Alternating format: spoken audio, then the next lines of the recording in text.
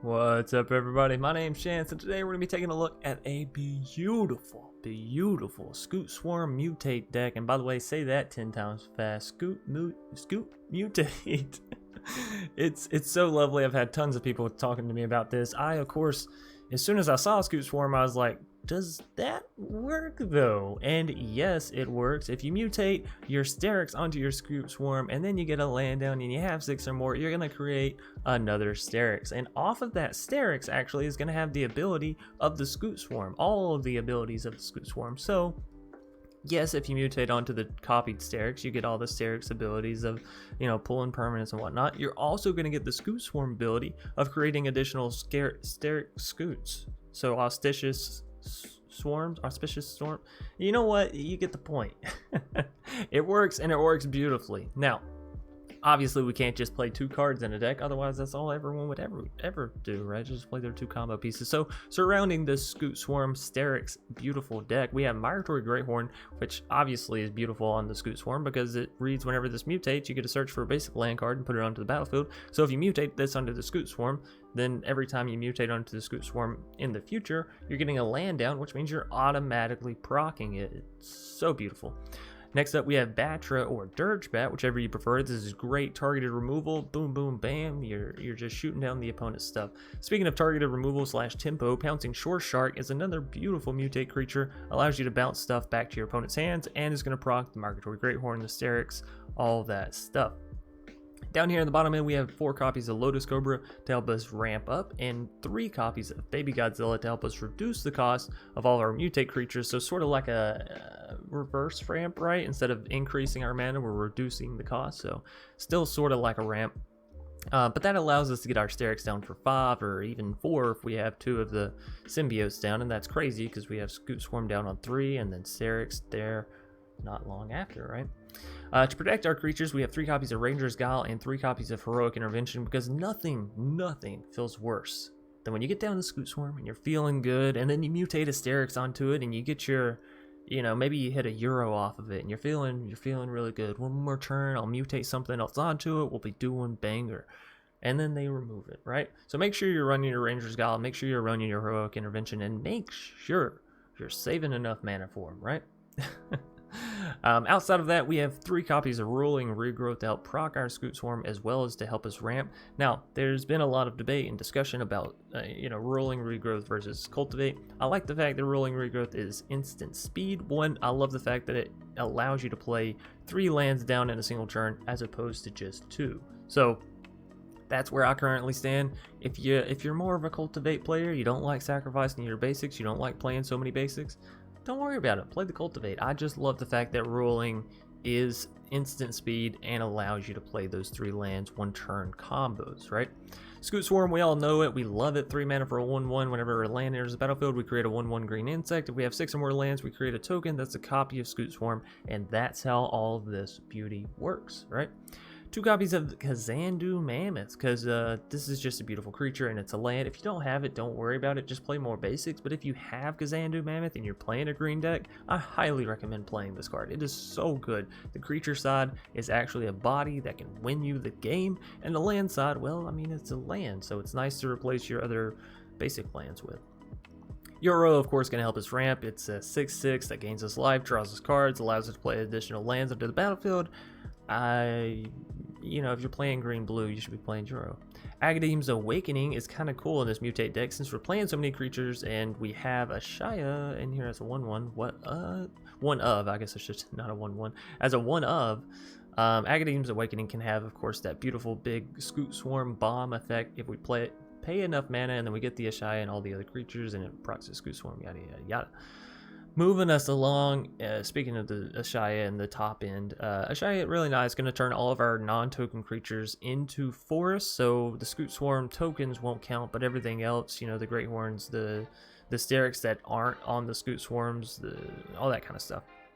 Which means that every time you play a new creature onto the battlefield, you're going to proc Scute Swarm because it's a land, right? So every time you're using Starrix and you're pulling creatures out from your deck, which is going to happen a lot, you get to play them on the Scute Swarm. And even better, if you manage to pull a Shia with the Scute Swarm, then you get to, sorry, this music's a little loud, a little not my taste. But if you pull a Shia with the Scute Swarm Starrix, then you automatically proc everything, right? You proc all the creatures you just drew. So it's a beautiful one of in the deck. We have 2 copies of Ancient Green Warding because, again, if you pull this with the Starrix off and you have the Scute Swarm, it just gets real nutty real quick, right? And I'm actually enjoying these top end cards because in Magic right now, it feels like we get to play it and we still have enough mana to protect them, which is the main key there. And of course, we have 2 copies of Turntimber Symbiosis. Another, if you have it, use it. If not, you know, don't worry about it. Don't worry about it. But it is very nice. Look at the top 7 cards of your library. You may put a creature card from among them onto the battlefield. This obviously benefits the deck very heavily. Grab your Scute Swarm if you don't have it. Grab your Auspicious Starrix or a Shia or Ancient Green Warden. Turn your deck online, basically, in the late game. So really, really good. And yeah, that's pretty much it for the deck. Go out there and get to scooting and mutating, or scoot mute. Anyways, hope you all enjoyed the deck tech breakdown. If you did, be sure to hit that subscribe button and the bell icon that pops out afterwards. That is the best way to support the channel for free, as well as get more content. So it works out for both of us beautifully. Now, without further ado, let's go ahead and hop right into these matches. Any Hoosers, Mingus Juice. I like that. Gonna be our first vote. I'm actually gonna keep this hand. It's not gonna ramp us into oblivion or anything, but you know, I see the objective. I see the objective that I'm going for in the Scute Swarm and the Starrix, and yeah, you know, I like it. I'm a pretty simple man, I like to think. So if I see the combo I want, I just keep it. But y'all also have to remember that I'm here trying to play and have fun, and yes, I'm playing in ranked, but winning is not all that and bag of potatoes for me. So, or what is it, all that in bag of potato chips, something like that.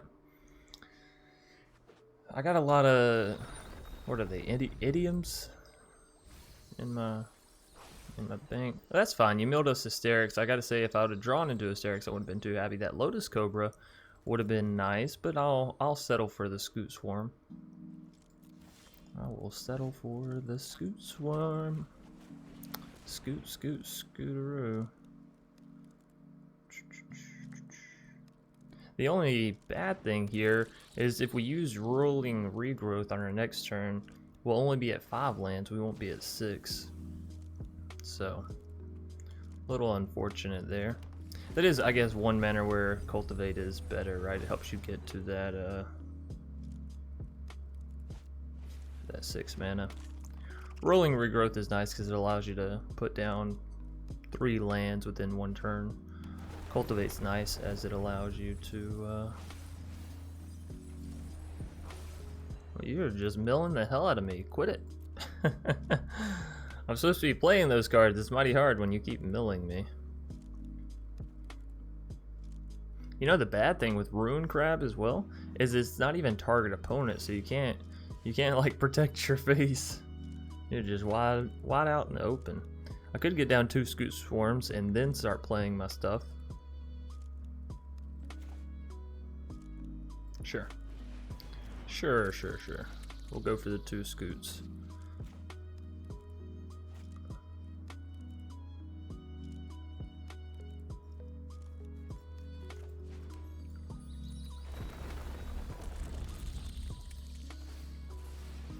I think we're going to go ahead and grab some green mana here.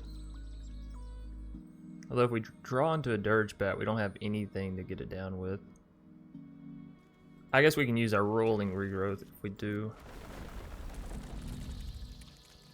Alright, no attacks. We are starting to get a little bit of an army, but we're going to need to get one a little bit quicker. These Rune Crabs, they got a mighty nice way of taking somebody. Wow, all of our Euros in the graveyard already. And there goes our Pouncing Shoreshark. Man, oh man.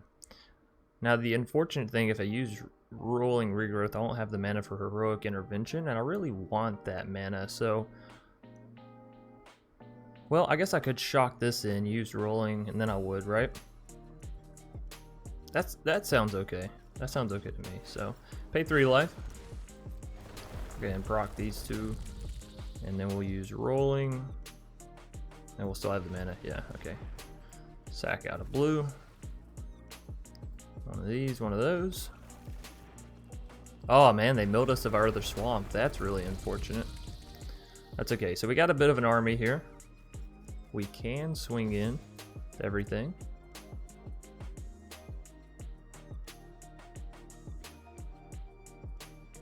Get him.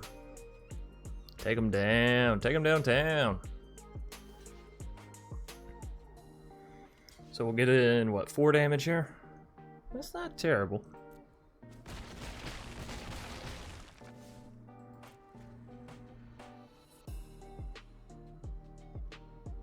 Let's see. We can get down the Starrix onto a Scute Swarm next turn, so definitely want to make sure we have our heroic intervention ready. But man, we don't have a ton of cards left. I will say that we do not have a ton of cards left. Okay. Well, Amanamanath. Nom nom nom nom. There actually doesn't. They don't seem to be playing too much removal. I mean, of course we do it. Of course we do it. Give me a land. Give me something. That's a land. Hey, beautiful. There's the Starrix, baby. There's the Starrix. Alright. Yeah, you know, everybody. They're gonna kill one with the Omnath, but that's fine. Get in there. Mess them up.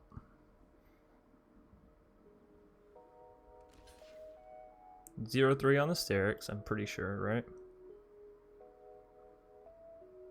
Or no, are they just gonna take that damage full force? That's still a lot of damage. It's like 14 damage if they don't block the Starrix.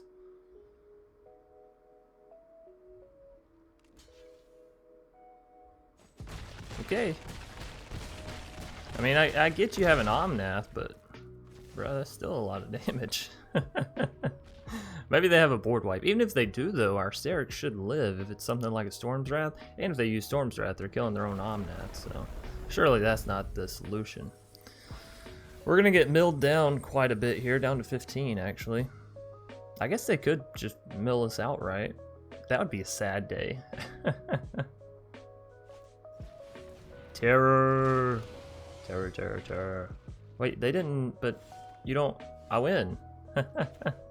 So if I play this down, I mean, it doesn't actually activate anything, right? Oh, wait, no, yes, this is beautiful, beautiful. This is everything we wanted in a bag of potato chips. Give me that Fable. Do I have anything else to grab with Fabled, actually? I guess we'll figure it out here, huh? Yes, look at the Starrix, babies. Look at the Starrix, babies. Alright, so we'll activate this.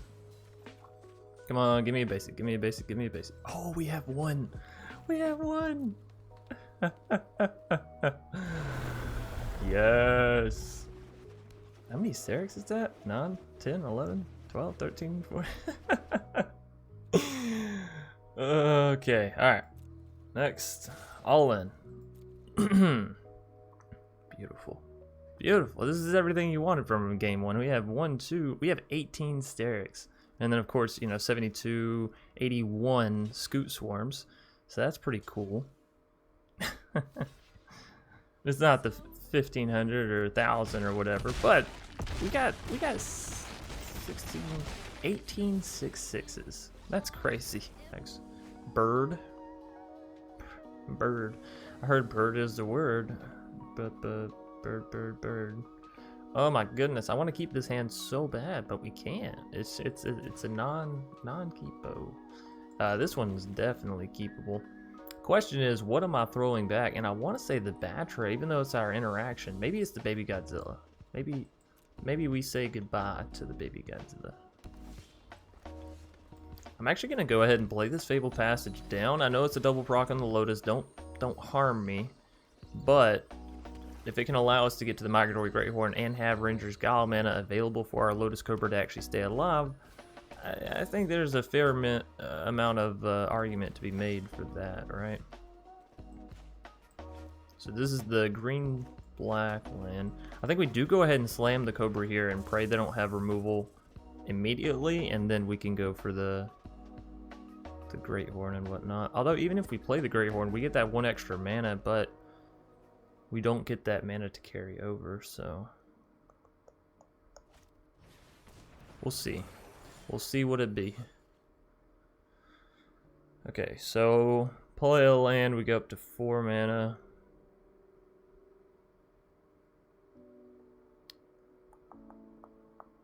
Oh yeah, then I can play Baby Godzilla and then play this because it'll cost less. Alright, so that's good. We'll play just blue down here, I guess is fine. Mad blue mana. And then we'll play this down, alright? And then we can mutate this because it costs less. Are we mutating? I think we're mutating onto the Cobra. The Cobra's a little 2-1. That's so easy to remove. What are we discarding here? We don't want to discard the Batra, and discarding a Scute Swarm is almost ridiculous. If I discard the Ranger's Gall? I mean, hell yeah. Sure, fuck it. See how much mana we can get out here. So let's go ahead and grab that other swamp because Batra costs less now. We'll add the green mana, but we don't need it. And yeah, let's get in for the 3 damage because why not? It's free. 3 free damage. What? Now on our next turn, we do have the option of mutating the Batra down, don't we? Because it only costs 5. So if we play a land, that's 6 mana. We could also play Scute Swarm, play land. We'll have 3 mana left over. So we could play Scute Swarm and just play down the Batra. I don't love that though. I'd rather, if I'm gonna play Batra, I want to mutate it, right? Mutate it on. Oh wait. If I mutate the Batra onto the Greathorn, it costs 5. We'll have 2. Let me make sure I'm thinking this out properly. So if I play the land, we gain 1 mana. Cost all of it to mutate the Batra down. We mutate the Batra down. We gain 1 land from there, but it's tapped, and then that adds an additional mana, so we'll have 2 mana, which means I can then mutate the Greathorn onto the Batra again.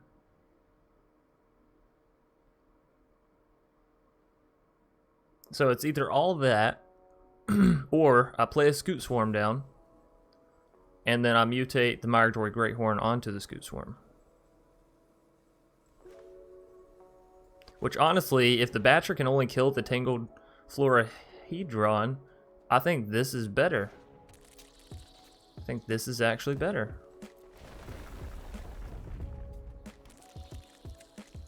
I mean, just green mana is fine.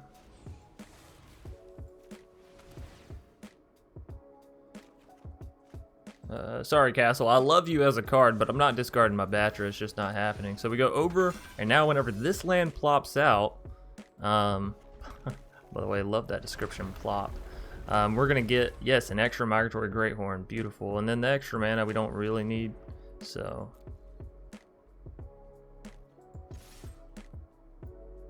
I think we do swing all in. They could have something here, but it's not going to take out our Scute Swarm, so I guess that's good. All right, they're down to 13. Roiling Regrowth. They don't even have like a creature down for that to affect yet. Oh, man. Oh, it's actually Simic. This entire time I was sitting here thinking it was mono green. It's actually Simic. Scute Swarm. Yeah, of course. Everybody that wants to have. Oh, they're actually. That's a nice. That's a nice. They're literally doing the exact same thing. I got some bad news for you though. As much as you love your Scute Swarm, these. Oh, wait a minute.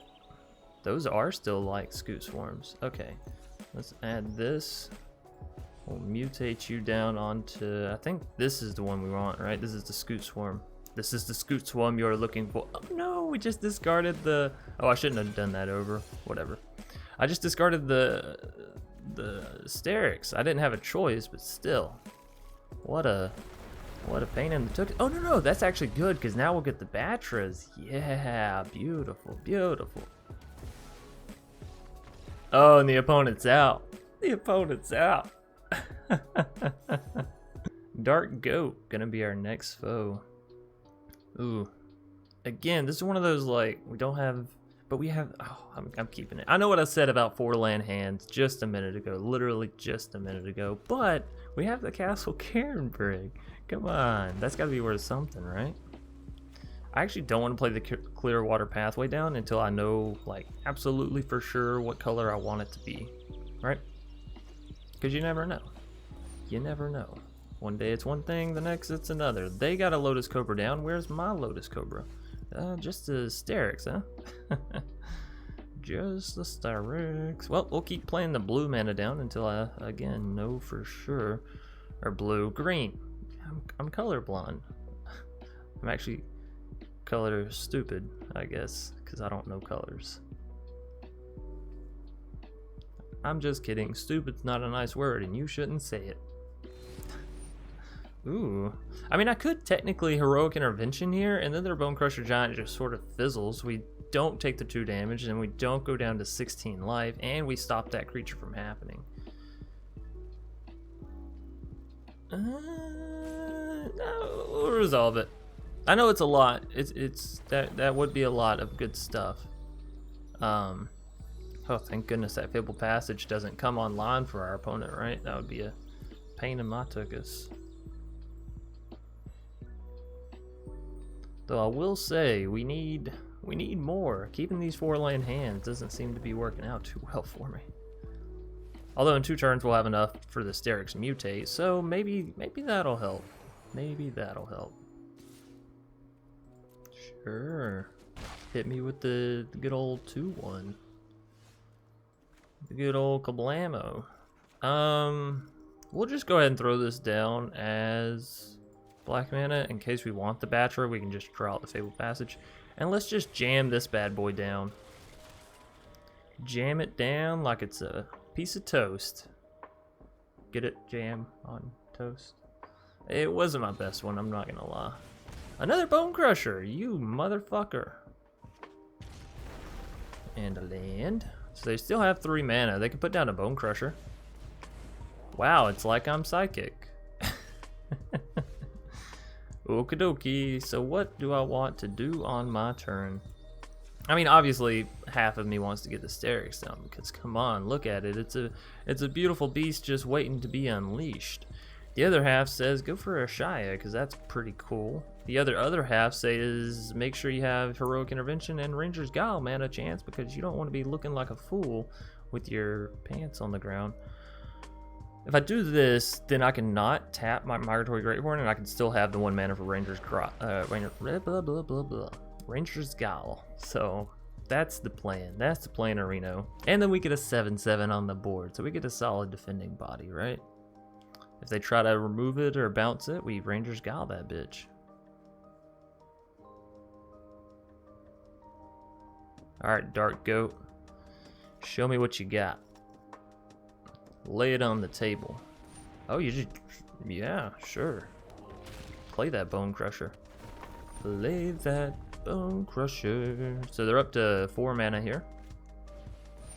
Another Tangled Florahedron. And another Tangled Florahedron. Okay, cool beans. Back to my turn. Ancient Green Warden. No freaking fracking way, man. That's great. That's a great one. That's a great fun one. Yeah, so we need some of those creatures that do the mutate stuff, huh? I don't think I'm gonna get the double proc on the Fabled Passes. Let's just go ahead and play it. I kept thinking like maybe if I tap this and that and do this and flip that. But no chance, just admit defeat. So if I do this, we will get this the 6 mana. The 6 mana for the Starrix. For the Starrix, baby. Do it. Do it. Over.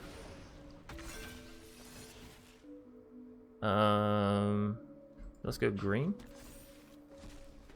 Hey, another land. Don't mind if I do. Don't mind if I do. Again, I think I'm just gonna leave my creatures untapped. Although I could swing in with the big old 10/10. We still have a defender. Yeah, let's do it. Let's crack them. Let's crack a few eggs, huh? Block me if you dare. Oh no! You're gonna be sorry, Jimmy boy. You're gonna be sorry. I'm done. Oh no, wait. Did I don't know if I ordered it right. Oh no, here. Yeah, we're gonna do enough damage. We're taking them all out. We're taking them downtown. Have fun with that one. A Shia. What? Slam dunk. Now, of course, we still have the mana for Ranger's Guile in case they go for some targeted removal. Although, given how their deck's played so far, I don't think their targeted removal is going to be enough. So, we better figure something out, Dark Goat. Yep, sending it to the face again. That's pretty much what I expected. Alright, and then they don't really have, I mean, they can gain mana, tap the Fable, or blah blah blah. They're gonna get the Bone Crusher back down. That's all that matters. But, given we have now played a lot of our lands, we have a lot of our big creatures down, we should find our Scute Swarm and the such relatively soon, right? So, I have high hopes for how this game's gonna go. My turn.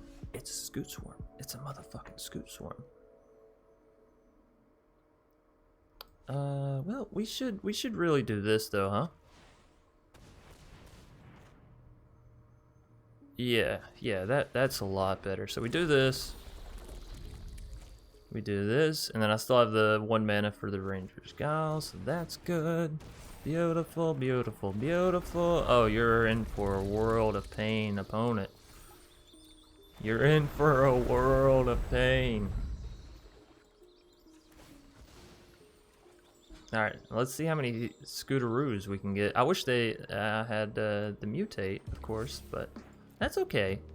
It's okay that we have the Mutate over here. This is part of the thing about Mutate being so good, is if you don't Mutate onto the Scute Swarm, you still have the possibility of getting it down, getting it out.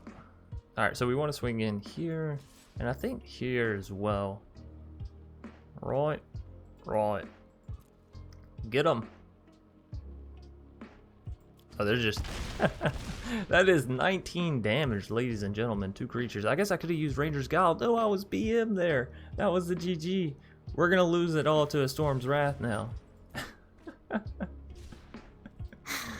Oh, I feel so BM. They don't know we have it, but I know we have it. So we just extended the game for no reason. Oh, they're not even going to let me play a land back down.